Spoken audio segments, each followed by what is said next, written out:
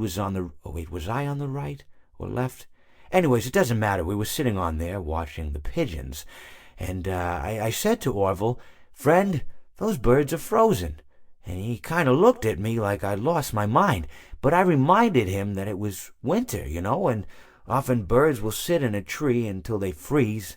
And then they sort of fall to the ground until the sun warms up and they can, move around again. So I said to Orville, "You might as well save those breadcrumbs until the birds thaw, because they can't very well enjoy them in the condition they're in." To which he asked what I meant, and asking what condition the crumbs should be in before he threw them to the birds, assuming that I meant the birds couldn't enjoy the breadcrumbs in the condition that the crumbs were in, when in fact I had meant the birds could not enjoy them in the condition that the birds were in, considering that the birds were frozen. So he took a moment and then threw his last handful onto the ground. I said to him, "Orville, why did you throw the breadcrumbs to the birds when I just told you they're frozen?" To which he responded, "The breadcrumbs are not frozen." Again, misunderstanding my words. I didn't mean to say that the breadcrumbs were frozen when I said I told you they're frozen. I'd been referring to the birds. In hindsight, what I should have said was, and this would make perfect sense, "Why did you throw the breadcrumbs to the birds when the birds are frozen?" He misunderstood upon my correction, stating that he didn't know what else to do with the breadcrumbs, and that perhaps, when the birds thawed, they'd still be able to eat the crumbs. So I said to Orville, and this is what I said to him, I said, "Orville, the birds may be dead."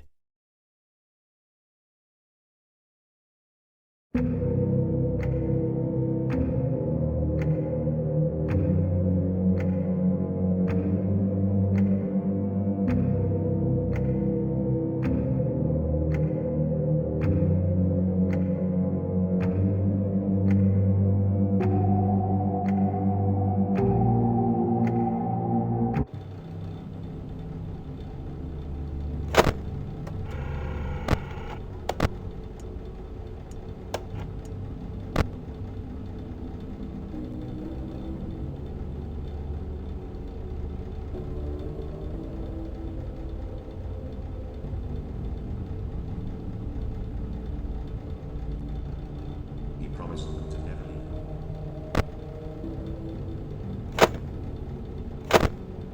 He pasted the remains together.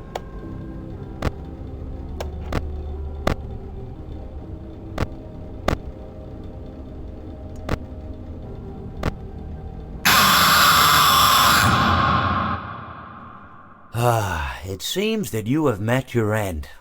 What a pity. I don't feel too bad about it, though. After all, if it weren't me, it would have just been one of the others, I guess. I'm honestly just glad to be out of those air ducts.